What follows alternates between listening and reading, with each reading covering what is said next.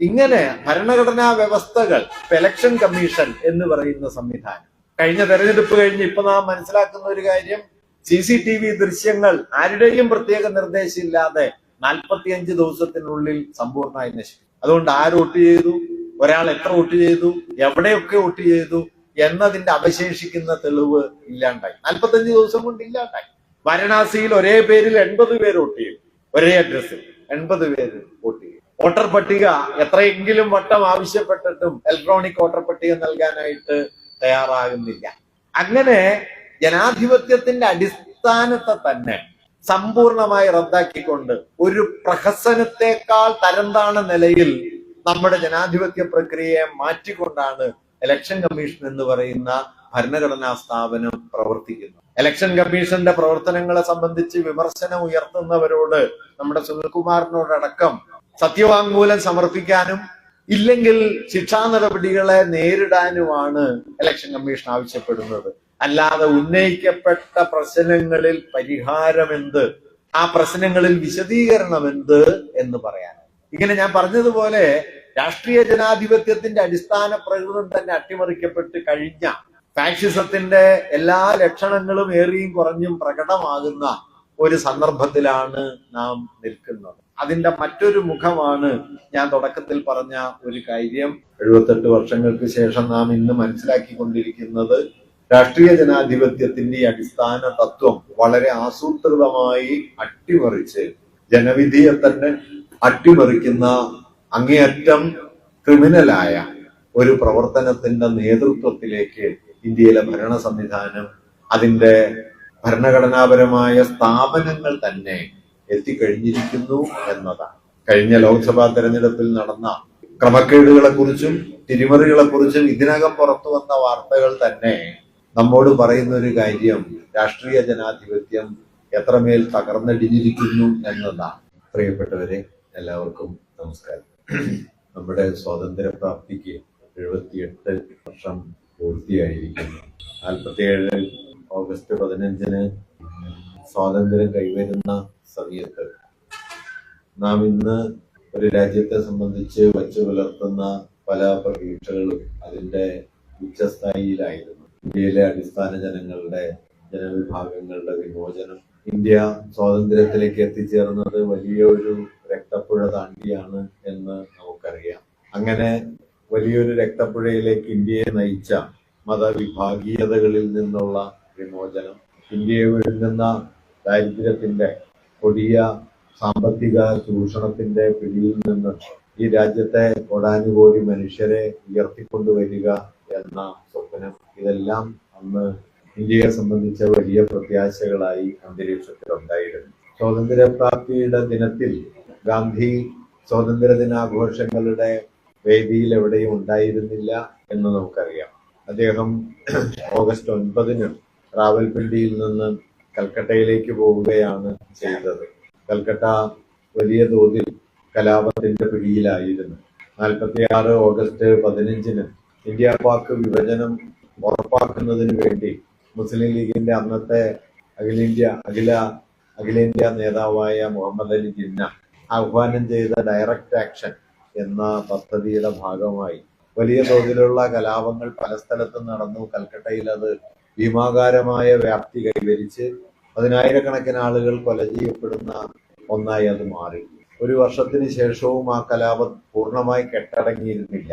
അതുകൊണ്ട് ഡൽഹിയിൽ തങ്ങാൻ ആഗ്രഹിക്കാതെ ഗാന്ധി ഒക്ടോബർ 9 റാവൽപിണ്ടിയിൽ നിന്ന് കൽക്കട്ടയിലേക്ക് എത്തിച്ചേരുകയാണ് ചെയ്തത്. 11 അദ്ദേഹം കൽക്കട്ടയിൽ എത്തിച്ചേർന്നു.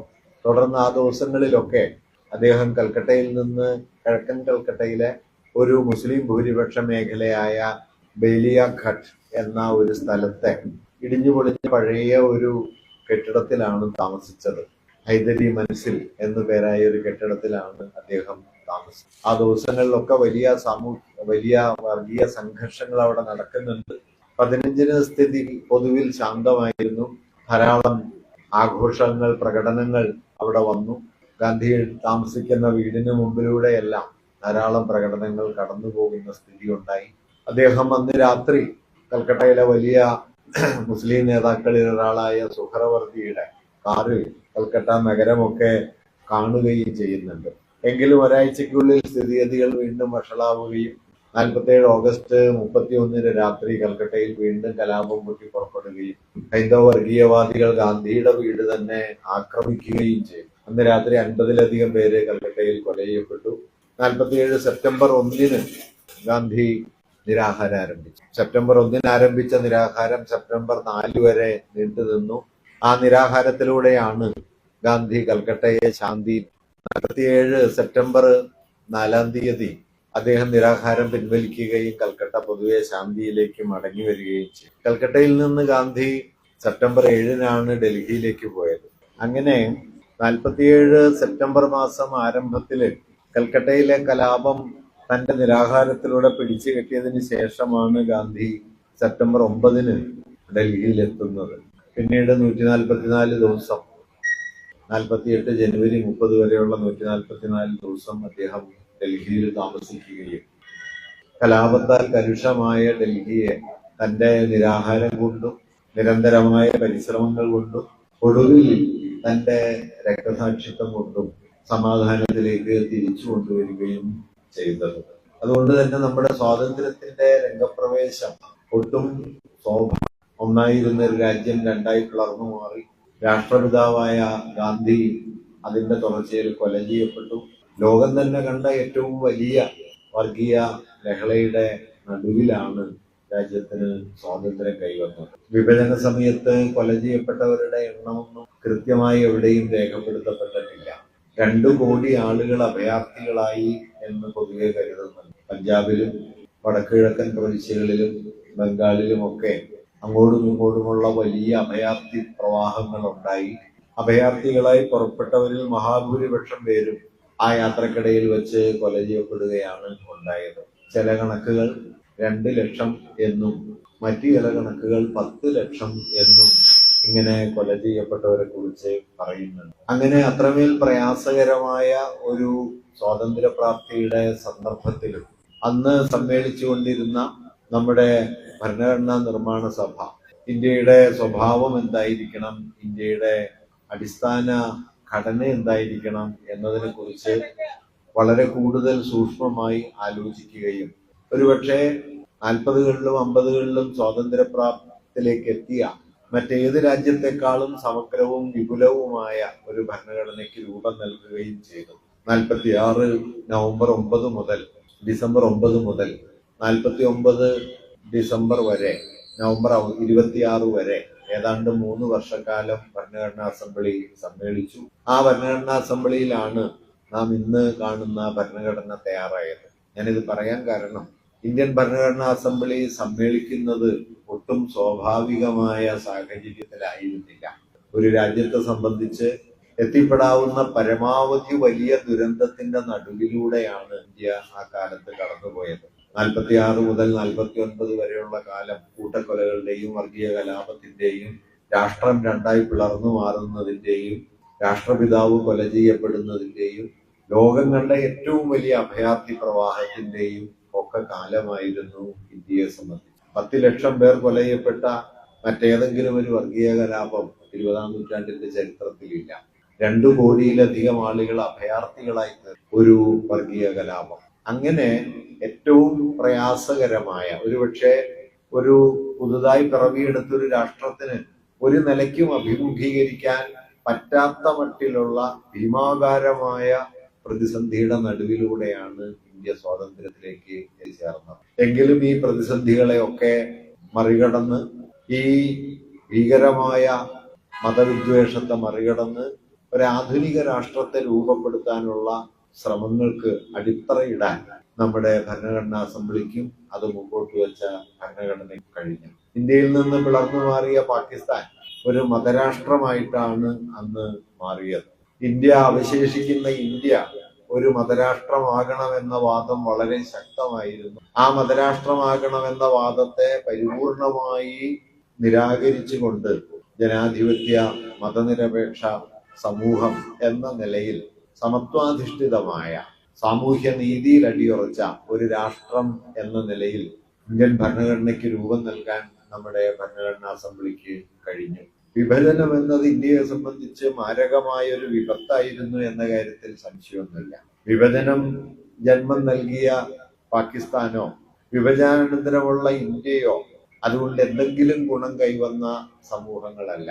സഹസ്രാബ്ദങ്ങളായി ഇന്ത്യയിൽ ജീവിച്ചിരുന്ന മനുഷ്യരുടെ വേരുകൾ പറിച്ചു മാറ്റാനും അക്കാലം വരെ ഇന്ത്യയിൽ ഉണ്ടായിരുന്ന സാമൂഹികമായ സൗഹാർദ്ദത്തെ ശിഥിലമാക്കാനും രണ്ട് രാഷ്ട്രങ്ങൾക്കിടയിൽ ഏതാണ്ട് 3/4 നൂറ്റാണ്ടിന് ശേഷവും തുടരുന്ന വൈര്യവും കുടിപ്പകയും അന്യോന്യമുള്ള ശത്രുതയ്ക്കും ജന്മം നൽകാനും ഭീമാകാരമായ സൈന്യത്തെ തീറ്റിപ്പോറ്റാനും അതിനുവേണ്ടി ഓരോ രാജ്യത്തിന്റെയും സാമ്പത്തിക ശേഷിയുടെ 1/4 അതിലധികമോ എല്ലാ വർഷവും ചെലവഴിക്കാനും ഒക്കെ നിർബന്ധിതമാകുന്ന സ്ഥിതിവിശേഷമാണ് വിഭജനം കൊണ്ടുണ്ടായത്.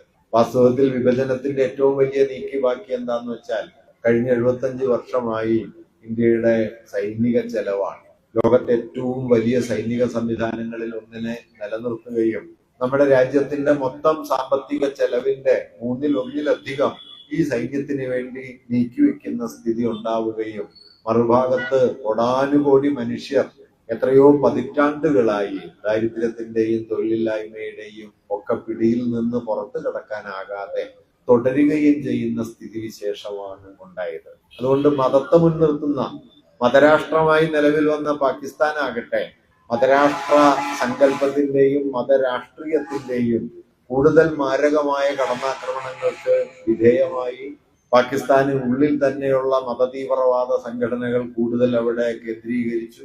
അത് ആ രാജ്യത്തെ തന്നെ അസ്ഥിരപ്പെടുത്തുകയും കഴിഞ്ഞ 75 വർഷങ്ങളായി ജനാധിപത്യത്തിന്റെ നേർത്ത അടിസ്ഥാനം പോലും ഇല്ലാത്ത മട്ടിൽ പട്ടാള അട്ടിമറികളാലും മതഭീകരതയാലും നയിക്കപ്പെടുന്ന ഒരു സംവിധാനമായി അതും മാറിത്തീരുകയും അങ്ങനെ മതാടിസ്ഥാനത്തിലുള്ള വിഭജനം ഇന്ത്യക്കും പാകിസ്ഥാനും ഒരുപോലെ വിനാശകരമായി തീർന്ന 78 വർഷങ്ങളാണ് വാസ്തവത്തിലുള്ളത്.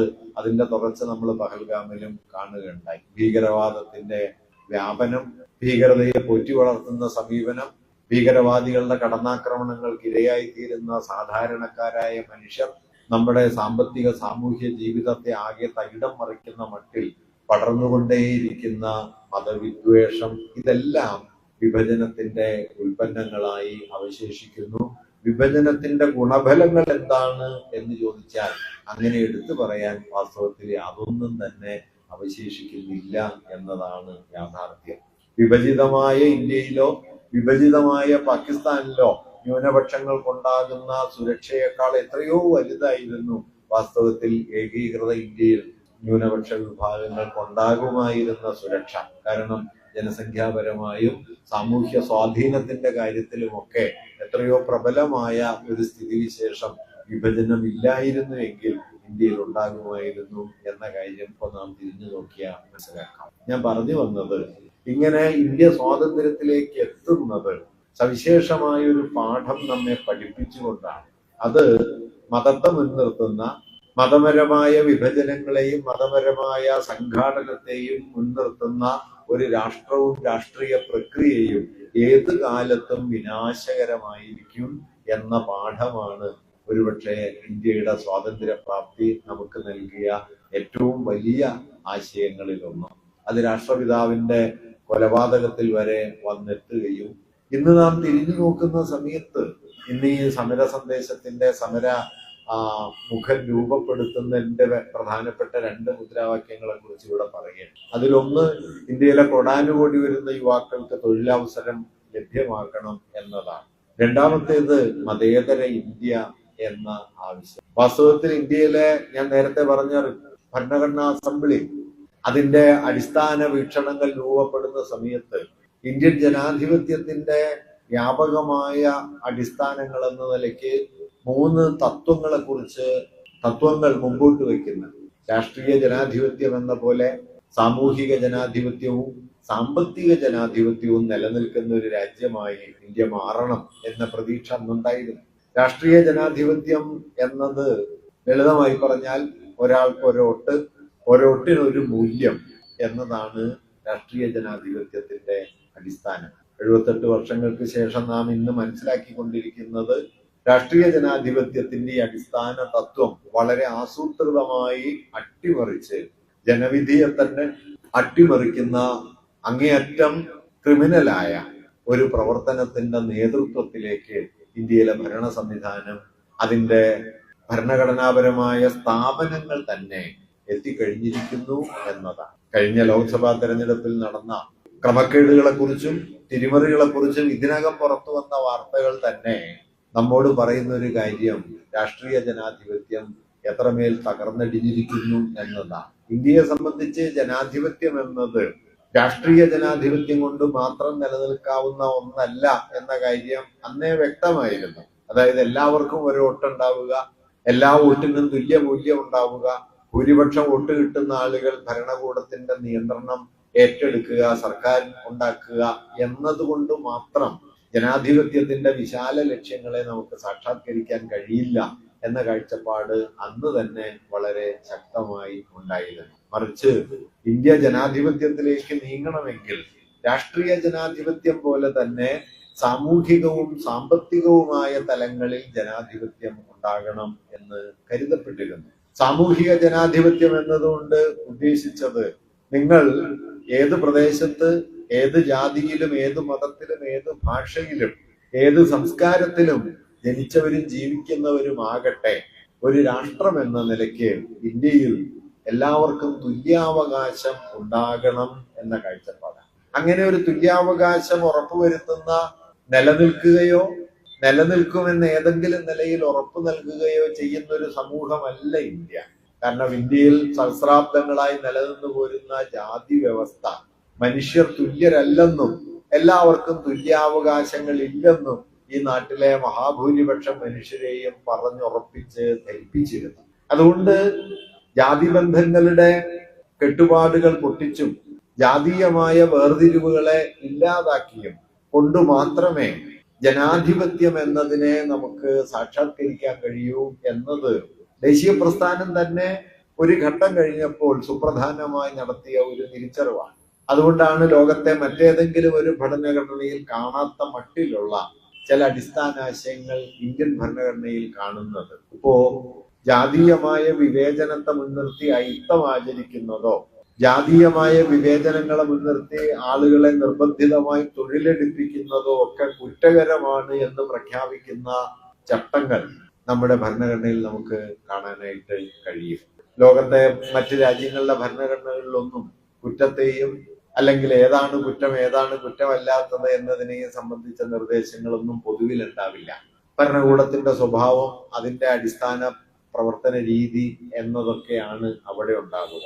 അതേസമയം ഇന്ത്യയെ സംബന്ധിച്ച് ജാതി വിവേചനങ്ങൾക്കപ്പുറം കടന്ന് ഒരു പൊതുസമൂഹമായി ഇന്ത്യയെ രൂപാന്തരപ്പെടുത്തുക എന്നത് ഇന്ത്യൻ ജനാധിപത്യത്തിന്റെ നിലനിൽപ്പിന് അത്യന്താപേക്ഷിതമാണ് എന്ന തിരിച്ചറിവ് ഭരണഘടനാ അസംബ്ലി തന്നെ വച്ചു പുലർത്തുകയും ജാതി വിവേചനത്തെ ഇന്ത്യൻ സമൂഹത്തിൽ നിന്ന് പടിപടിയായി ഇല്ലാതാക്കാൻ പര്യാപ്തമായ നിർദ്ദേശങ്ങൾ ഭരണഘടനാപരമായി തന്നെ വ്യവസ്ഥ ചെയ്യുകയും ചെയ്തുകൊണ്ടാണ് ഭരണഘടനാ അസംബ്ലി നിലവിൽ വന്നത്. അതുപോലെ തന്നെ സാമ്പത്തികമായ ഉച്ചനീചത്വങ്ങൾ അവസാനിപ്പിച്ച് വിഭവാധികാരം എല്ലാവർക്കും കൈവരുന്ന, സാമൂഹ്യാന്തസ്സോടെ ജീവിക്കാൻ കഴിയുന്ന സാമ്പത്തിക സുസ്ഥിതി മനുഷ്യർക്ക് ഉറപ്പാക്കി കൊടുക്കുന്ന ഒന്നായി ജനാധിപത്യം മാറണമെന്ന കാഴ്ചപ്പാടും ശക്തമായിരുന്നു. ഇന്ന് ഞാൻ ഈ പറഞ്ഞ 78 വർഷങ്ങൾക്ക് ശേഷം തിരിഞ്ഞു നോക്കുമ്പോൾ നമ്മുടെ ജനാധിപത്യത്തിൽ എന്ത് അവശേഷിക്കുന്നു എന്നത് അത്യന്തം സങ്കടകരമായ ഒരു കാര്യമാണ്. നമ്മുടെ രാജ്യം ലോകത്തെ പ്രധാന സാമ്പത്തിക ശക്തികളിൽ ഒന്നായി എന്ന് നാം കരുതുന്നുണ്ട്. നമ്മുടെ രാജ്യം ലോകത്തെ 4മത്തെയോ 5മത്തെയോ സാമ്പത്തിക ശക്തിയായി എന്ന് ഭരണകൂടത്തിന്റെ നേതാക്കൾ പറയുകയും ചെയ്യുന്നുണ്ട്. അമേരിക്കയും ചൈനയും ജപ്പാനും ജർമ്മനിയും കഴിഞ്ഞാൽ 5മത്തെ സ്ഥാനത്ത് ഇന്ത്യയാണെന്നും അതിൽ ജപ്പാനെയും ജർമ്മനിയെയും പിന്തള്ളി 3ാം സ്ഥാനത്തേക്ക് വളരെയൊന്നും വൈകാതെ ഇന്ത്യ എത്തിച്ചേരുമെന്നൊക്കെ ഭരണകൂട പ്രതിനിധികൾ പറയുന്നുണ്ട്. ഇന്ത്യയുടെ സാമ്പത്തിക വളർച്ചയുടെ വലിയ നേട്ടമായി അത് കൊണ്ടാടപ്പെടുകയും ചെയ്യുന്നുണ്ട്. പക്ഷെ അതേ ഇന്ത്യ തന്നെ ആഗോള പട്ടിണി സൂചികയുടെ കാര്യത്തിൽ, ആഗോളതലത്തിലുള്ള പ്രതിശീർഷ വരുമാനത്തിന്റെ കാര്യത്തിലൊക്കെ ലോകത്തെ മൊത്തമുള്ള 190ഓളം രാജ്യങ്ങളിൽ 110ഉം 112ഉം സ്ഥാനങ്ങളിലൊക്കെയാണ് നിലകൊള്ളുന്നത്. അതിന്റെ അർത്ഥം വളരെ ലളിതമാണ്. കഴിഞ്ഞ 78 വർഷങ്ങൾ കൊണ്ട് സാമ്പത്തിക ശക്തി എന്ന നിലയിൽ ഇന്ത്യക്ക് താരതമ്യേന മെച്ചപ്പെട്ട ഒരു വളർച്ച ഉണ്ടായിട്ടുണ്ടെങ്കിലും ആ സമ്പത്തൊന്നും ഇന്ത്യയിലെ കോടാനുകോടി മനുഷ്യരിലേക്ക് എത്തിച്ചേരുന്നതേയില്ല. അതുകൊണ്ട് ആഗോള പട്ടിണി സൂചികയില് 107 സ്ഥാനത്തും 111 സ്ഥാനത്തും 112 സ്ഥാനത്തും ഒക്കെയാണ് കഴിഞ്ഞ 3-4 വർഷങ്ങളിൽ ഇന്ത്യ ഉണ്ടായത്. അതേ സമയത്താണ് മൊത്തം GDP-യുടെ ആഗോള തലത്തിലുള്ള രാജ്യങ്ങളുടെ ഒരു വർഷത്തെ മൊത്തത്തിലുള്ള സാമ്പത്തിക ശേഷിയെ മുൻനിർത്തി നോക്കിയാൽ 3-മത്തെയോ 4-മത്തെയോ രാജ്യം എന്ന സ്ഥിതിയിലേക്ക് ഇന്ത്യ എത്തിച്ചേരുന്നു. അങ്ങനെ സമ്പത്ത് ഭീമാകാരമായി വർദ്ധിക്കുകയും എന്നാൽ സമ്പത്ത് വർദ്ധിക്കുന്നതിനേക്കാൾ ഭീമാകാരമായ അളവിൽ കീഴ്ത്തട്ടിലെ ദാരിദ്ര്യം വർദ്ധിക്കുകയും ചെയ്യുന്ന ലോകത്തെ ഏറ്റവും വലിയ പട്ടിണി രാജ്യങ്ങളിൽ ഒന്നായി മാറുന്ന സ്ഥിതിയിലേക്ക് ഈ രാജ്യം എത്തിച്ചേരുന്നു. ഞാൻ അതിന്റെ മറ്റു കണക്കുകളൊന്നും പറയുന്നു. അതുകൊണ്ട് മാത്രമല്ല, വിഭജനത്തിന്റെയും സ്വാതന്ത്ര്യപ്രാപ്തിയുടെയും സമയത്ത് ഇന്ത്യയിൽ നിലനിന്നിരുന്നതിനേക്കാൾ ഭീമാകാരമായ തോതിൽ മതവർഗീയതയുടെയും ജാതി വിദ്വേഷത്തിന്റെയും ഒക്കെ വ്യാപ്തി നമുക്കിന്ന് കാണാം.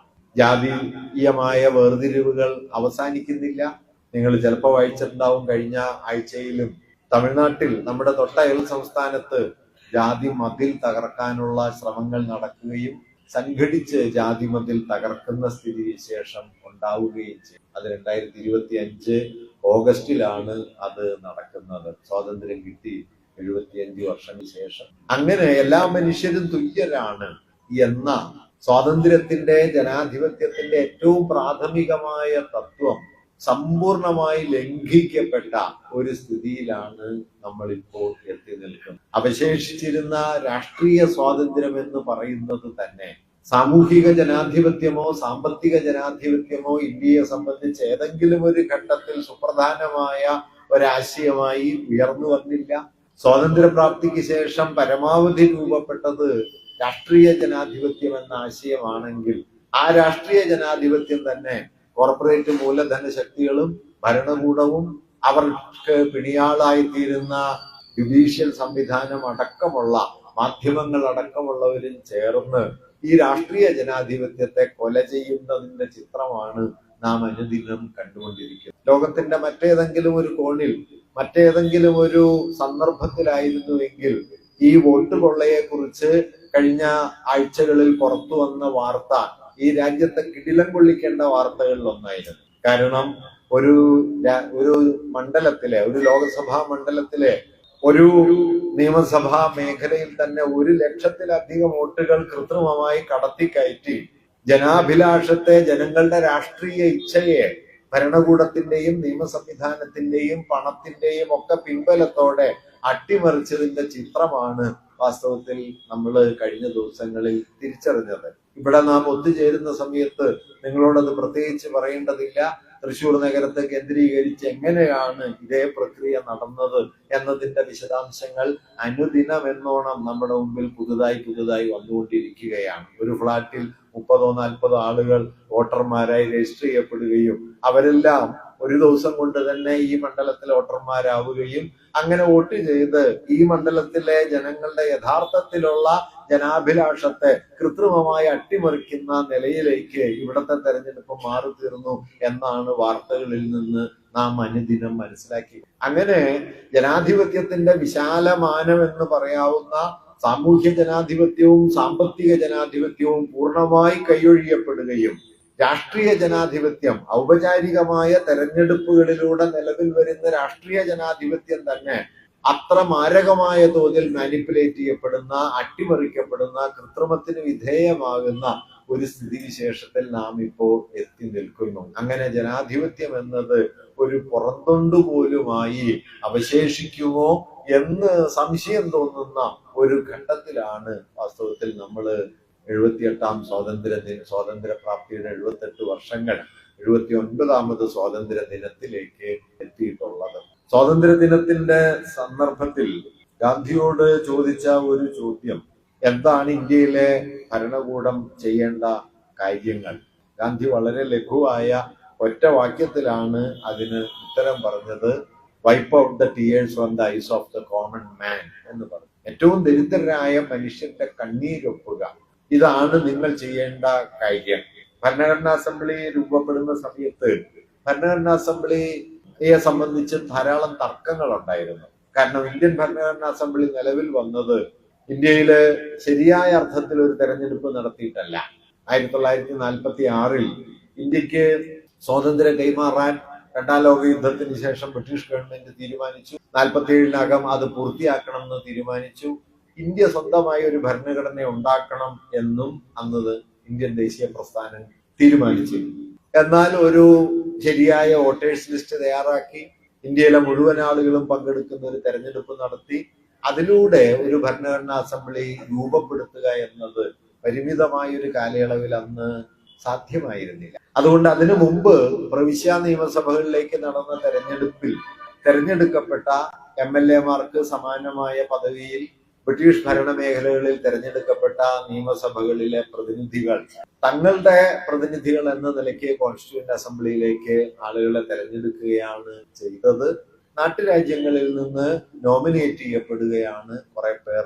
അങ്ങനെയാണ് വന്നത്. അങ്ങനെ നാട്ടുരാജ്യങ്ങളിൽ നിന്ന് നോമിനേറ്റ് ചെയ്യപ്പെട്ടവരും പ്രവിശ്യ നിയമസഭാംഗങ്ങൾ തങ്ങളുടെ പ്രതിനിധികളായി തെരഞ്ഞെടുക്കപ്പെട്ടവരും എല്ലാം ഉൾപ്പെട്ട 400-ൽ താഴെ വരുന്ന 399 പേര് ചേർന്ന ഒരു സഭയാണ് കോൺസ്റ്റിറ്റ്യൂന്റ് അസംബ്ലി, ഭരണഘടനാ നിർമ്മാണ സഭ എന്ന പേരിൽ 46 ഡിസംബർ 9 പ്രവർത്തനം ആരംഭിക്കുന്നു. ഇങ്ങനെയാണോ ഒരു രാജ്യത്തിന്റെ ഭരണഘടന ഉണ്ടാക്കാനുള്ള ഒരു സഭ നിലവിൽ വരേണ്ടത്? അതൊരു കൊളോണിയൽ ഗവൺമെന്റിന്റെ നിർദ്ദേശത്തെ തുടർന്ന് പരിമിതമായി നടന്ന തെരഞ്ഞെടുപ്പിലൂടെ വളരെ കുറച്ച് ആളുകൾ മാത്രം വോട്ട് ചെയ്ത ഒരു തെരഞ്ഞെടുപ്പിലൂടെ 45-ലെ പ്രവിശ്യ നിയമസഭാ തെരഞ്ഞെടുപ്പുകളിൽ ഏതാണ്ട് ഇന്ത്യൻ ജനസംഖ്യയുടെ 13% വോട്ട് ചെയ്തിട്ടുള്ളൂ എന്നാണ് ചില കണക്കുകൾ പറയുന്നത്. നാട്ടുരാജ്യങ്ങളിലൊന്നും തെരഞ്ഞെടുപ്പില്ല. ബാക്കിയുള്ളിടത്ത് തന്നെ പ്രായപൂർത്തി വോട്ടവകാശം പൂർണ്ണാർത്ഥത്തിലില്ല. അതുകൊണ്ട് വളരെ പരിമിതമായ ഒരു പ്രക്രിയയിലൂടെ നിലവിൽ വന്നതായിരുന്നു പ്രവിശ്യ നിയമസഭകൾ. അങ്ങനെയാണോ ഭരണഘടനാ അസംബ്ലി വരേണ്ടത് എന്നതിനെ കുറിച്ചുള്ള അന്നത്തെ ചർച്ചയുടെ സന്ദർഭത്തിൽ ചിലരെങ്കിലും ഭരണഘടനാ അസംബ്ലി ബഹിഷ്കരിക്കുക പോലും ചെയ്തു. ഇന്ത്യയിലെ പ്രധാനപ്പെട്ട ഒരു രാഷ്ട്രീയ കക്ഷി എന്ന നിലയ്ക്ക് കോൺഗ്രസിനകത്ത് തന്നെയുള്ള സോഷ്യലിസ്റ്റുകൾ ഭരണഘടനാ അസംബ്ലി ബഹിഷ്കരിക്കുകയാണ് ചെയ്തത്. ആ സന്ദർഭത്തിൽ കോൺഗ്രസിലെ തന്നെ ദളിത് ജനതയുടെ വലിയ നേതാക്കളിൽ ഒരാളായ ജഗജീവൻ റാം അദ്ദേഹം ഗാന്ധിയുമായുള്ള ഒരു സംഭാഷണത്തിൽ ഇതിൽ പങ്കെടുക്കണമോ എന്ന് ആരായുകയും പങ്കെടുക്കാവുന്നതാണ് എന്ന് ഗാന്ധി നിർദ്ദേശിക്കുകയും ചെയ്തതിന് പിന്നാലെ അദ്ദേഹം ഭരണത്തെ സംബന്ധിക്കുന്ന ഒരു അടിസ്ഥാന തത്വം അന്ന് പറയുന്നു. അദ്ദേഹം പറഞ്ഞത്, ഞാൻ നിങ്ങൾക്ക് നിങ്ങളുടെ ഭരണ സമീപനം ശരിയാണോ തെറ്റാണോ എന്ന് ഉറപ്പാക്കാനായിട്ട് ഒരു ഉരകല്ല് തരാം. അതെന്താണെന്ന് വെച്ചാൽ, നിങ്ങൾ ഒരു നയം ആവിഷ്കരിക്കുന്ന സമയത്ത് നിങ്ങളുടെ ജീവിതകാലത്ത് കണ്ടിട്ടുള്ള ഏറ്റവും ദരിദ്രരിൽ ദരിദ്രനായ ഒരാളെ മനസ്സിൽ കാണണമെന്നും അയാൾക്ക് ഗുണകരമാണെങ്കിൽ മാത്രം നിങ്ങൾ ആ നയം നടപ്പാക്കണം എന്നുമാണ് ഗാന്ധി ജഗജീവൻ റാമിനോട് പറഞ്ഞത്. ലളിതമായി പറഞ്ഞാൽ, ഒരു രാജ്യത്തെ ഏറ്റവും അവസാനത്തെ മനുഷ്യനെ ഗുണകരമാകുന്ന ഉപയുക്തമാകുന്ന ഒരു നയമാണ് ഈ രാജ്യത്തിന്റെ നയമായി തീരേണ്ടത് എന്നാണ് 45 കാലത്ത് ഗാന്ധി ജഗജീവൻ റാമിനോട് പറയുന്നത്. ഇന്ന് ഞാൻ ഈ പറഞ്ഞതുപോലെ സ്വാതന്ത്ര്യത്തിന്റെ 78 വർഷങ്ങൾക്ക് ശേഷം തിരിഞ്ഞു നോക്കുമ്പോൾ അവസാനത്തെ മനുഷ്യർ, ഏറ്റവും അവസാനത്തെ ആൾ, the poorest of the poor എന്ന് ഗാന്ധി എല്ലാം പറഞ്ഞ ആളുകൾ നമ്മുടെ ഭരണ പ്രക്രിയയുടെ ഏത് അതിരിലാണ് ഉള്ളത് എന്ന് നോക്കിയാൽ നമുക്ക് അവരെവിടെയും കാണാൻ കഴിയില്ല. അവരെ മുൻനിർത്തുന്ന ഒരു ഭരണ നയവും നമുക്കില്ല. നമ്മുടെ എല്ലാ ഭരണ നയത്തിന്റെയും ആസൂത്രണത്തിന്റെ പിന്നിൽ 2 ഘടകങ്ങളാണുള്ളത്. ഒന്ന്, ഈ രാജ്യത്തെ വർഗീയമായി വിഭജിക്കാൻ കഴിയുന്ന മട്ടിലുള്ള ധാരാളം നിയമങ്ങൾ ഉണ്ടാക്കുക. ലോകത്തെ ഏറ്റവും വലിയ ജനാധിപത്യ രാജ്യമായി വിഭജനത്തിന്റെ നടുവിൽ നിൽക്കുമ്പോഴും വർഗീയമായ കലാപത്തിന്റെയും കൂട്ടക്കൊലയുടെയും നടുവിൽ നിൽക്കുമ്പോഴും പൗരത്വ സങ്കല്പത്തെ മതത്തിൽ നിന്ന് പൂർണ്ണമായി വേർതിരിച്ച് നിർത്തിയ ഒരു രാജ്യമാണ് ഇന്ത്യയുടെ. ഞാൻ നേരത്തെ പറഞ്ഞല്ലോ, 46-49 കാലത്ത് ഇന്ത്യ കോൺസ്റ്റിറ്റ്യൂന്റ് അസംബ്ലി ചേരുന്ന സമയത്ത് വലിയ കൊടിയ കലാപത്തിന്റെ നടുവിലാണ്. എങ്കിലും ആ കലാപത്തിന്റെ ഏതെങ്കിലും ഒരു മുദ്ര നമുക്ക് നമ്മുടെ ഭരണഘടനയിൽ കാണാൻ കഴിയില്ല. പൗരത്വത്തെ മതപരമായി സമീപിക്കാനോ രാഷ്ട്ര നിയമങ്ങളെ മതപരമായി ക്രമീകരിക്കാനോ ഒരു തരത്തിലും തുനിയാതെ നമ്മുടെ ഭരണഘടനയുടെ ആരംഭവാക്യം മുതൽ അവസാനം വരെയുള്ള മൂല്യങ്ങളെ മതനിരപേക്ഷമായ അടിസ്ഥാനത്തിൽ ഉറപ്പിച്ചുകൊണ്ടാണ് നമ്മുടെ ഭരണഘടന നിലവിൽ വന്നത്. ഇന്ന് നാം നോക്കുന്ന സമയത്ത് പൗരത്വം മതാധിഷ്ഠിതമായി കഴിഞ്ഞു. മതന്യൂനപക്ഷങ്ങൾ എന്നത് രാജ്യത്തെ അപര വിഭാഗങ്ങൾ എന്ന നിലയിലേക്ക് വകതിരിച്ച് മാറ്റപ്പെട്ടുകൊണ്ടേയിരിക്കുന്നു. അവരെ വേട്ടയാടി കൊന്നൊടുക്കാൻ പറ്റുന്ന എത്രയെങ്കിലും നിയമങ്ങളും സംവിധാനങ്ങളും ഉണ്ടായിക്കൊണ്ടിരിക്കുന്നു. ഇപ്പോ വിവാഹമോചനം എന്നത് മറ്റെല്ലാ വിഭാഗങ്ങളെ സംബന്ധിച്ചും സിവിൽ പ്രശ്നമാണെങ്കിൽ അത് മുസ്ലിങ്ങളെ സംബന്ധിച്ച് മാത്രം ഒരു ക്രിമിനൽ നിയമവ്യവഹാരത്തിന്റെ വിഷയമായി കിനിഞ്ഞിറങ്ങുന്ന സ്ഥിതിയുണ്ടായി. ബാബരി മസ്ജിദ് തകർക്കപ്പെട്ടതിനെ ചൊല്ലി അതിനുശേഷമുണ്ടായ കോടതി വ്യവഹാരങ്ങൾ പരിഹരിക്കപ്പെടുന്ന സമയത്ത് ബാബറി മസ്ജിദ് തകർത്തത് തെറ്റാണെന്നും അത് ഹീനമായ കുറ്റകൃത്യമാണ് എന്നും പറഞ്ഞ അതേ വിധിന്യായം തന്നെയാണ് ഈ തകർത്ത സ്ഥലത്ത് ക്ഷേത്രം പണിയാൻ തകർത്തവർക്ക് അനുവാദം നൽകണം എന്ന ലോകത്തൊരു വിധിന്യായത്തിന് എത്തിച്ചേരാകുന്നതിൽ ഏറ്റവും പരിഹാസ്യമായ വിധിന്യായത്തിലേക്ക് ബാബറി മസ്ജിദ് കേസിൽ എത്തിച്ചേർന്നു.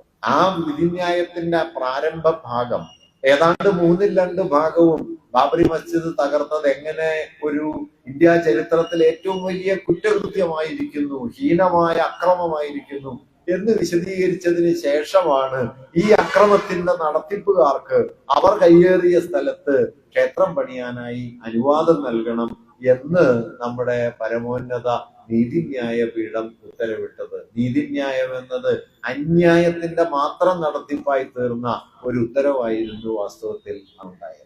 ഞാനിതിങ്ങനെ ഓരോന്നായി കൂടുതൽ പറയുന്നില്ല. ഞാൻ പറഞ്ഞു വരുന്ന കാര്യം എന്തെന്ന് വെച്ചാൽ, സ്വാതന്ത്ര്യപ്രാപ്തിയുടെ സന്ദർഭത്തിൽ ഒരു രാഷ്ട്രം എന്ന നിലയ്ക്ക് നമ്മുടെ രാജ്യത്തിന്റെ അടിസ്ഥാന സ്വഭാവം എങ്ങനെയാണോ പ്രതീക്ഷിക്കപ്പെട്ടത്, വിഭാവനം ചെയ്യപ്പെട്ടത്, എങ്ങനെയാണോ നിർവചിക്കപ്പെട്ടത്, അതിന്റെ മറുപുറത്തേക്ക് നമ്മുടെ രാജ്യത്തെ തള്ളി മാറ്റുന്ന എത്രയെങ്കിലും ശ്രമങ്ങൾ നമ്മുടെ എല്ലാ ജീവിത മേഖലകളിലും നടക്കുന്നു. സാമ്പത്തികമായ വിഭജനം കൂടുതൽ ശക്തമായിക്കൊണ്ടിരിക്കുന്നു. തൊഴിലിനായുള്ള അലച്ചിലുകൾ, കാർഷിക മേഖലയിലെ തീരാത്ത പ്രതിസന്ധികൾ, ഇതൊക്കെ രാജ്യത്തിന്റെ സ്വഭാവമായി മാറുന്ന സമയത്ത് മറുഭാഗത്ത് ലോകത്തെ ഏറ്റവും വലിയ ശതകോടീശ്വരന്മാരുടെ ഒരു താവളമായി ഇന്ത്യ മാറുകയും ചെയ്തു. 1990-കളിൽ ന്യൂ ലിബറലിസം ആരംഭിക്കുന്ന സമയത്ത് 3-4 ശതകോടീശ്വരന്മാരാണ് ഇന്ത്യയിൽ ഉള്ളതെങ്കിൽ 2020 ആകുമ്പോൾ അത് 120ഓളം പേരായിരിക്കുന്നു.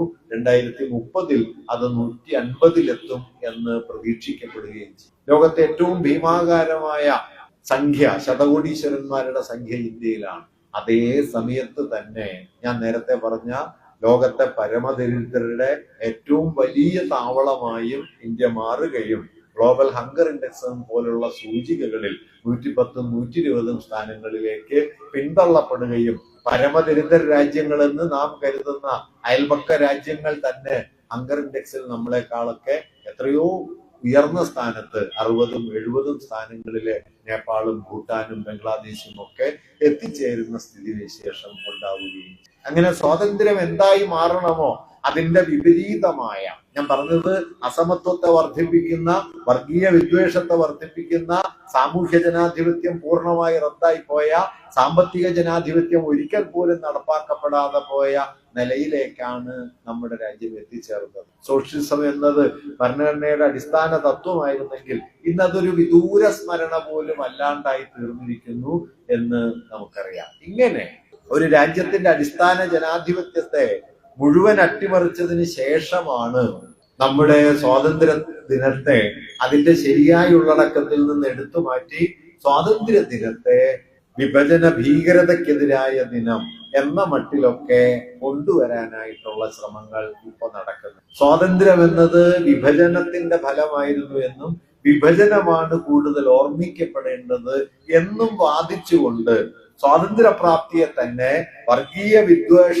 പ്രചരണത്തിനുള്ള ഉപാധിയാക്കാൻ എങ്ങനെ കഴിയും എന്ന ആലോചനയാണ് ഇപ്പോ ഇന്ത്യയിലെ ഹിന്ദുത്വ രാഷ്ട്രീയ ശക്തികൾ നടത്തിക്കൊണ്ടിരിക്കുന്നത്. ഇവരോർക്കാത്തൊരു കാര്യം, അല്ലെങ്കിൽ നാം പലപ്പോഴും തിരിച്ചറിയാത്തൊരു കാര്യം, ഇന്ത്യ മതാധിഷ്ഠിതമായി വിഭജിക്കപ്പെടേണ്ട രാഷ്ട്രമാണ് എന്ന വാദം ആദ്യം ഉയർത്തുന്നത് ആരാണ്? ഇപ്പൊ സാമാന്യമായി ഇതെല്ലാം മുസ്ലിങ്ങളുടെ പേരിലാണ് മുദ്രയടിക്കപ്പെടാറുള്ളത്. മുസ്ലിം ലീഗാണ് 2 രാജ്യം ദ്വിരാഷ്ട്ര സിദ്ധാന്തം മുമ്പോട്ട് വെച്ച് അതിനുവേണ്ടി അതിശക്തമായി വാദിച്ച് അതിനുവേണ്ടി ഞാൻ നേരത്തെ പറഞ്ഞ 46 ഓഗസ്റ്റ് 16 ഡയറക്റ്റ് ആക്ഷൻ നടപ്പിലാക്കി വലിയ കലാപങ്ങൾക്ക് വഴിവെച്ചത് എന്ന് നാം സാമാന്യേന മനസ്സിലാക്കി വരുന്നുണ്ട്.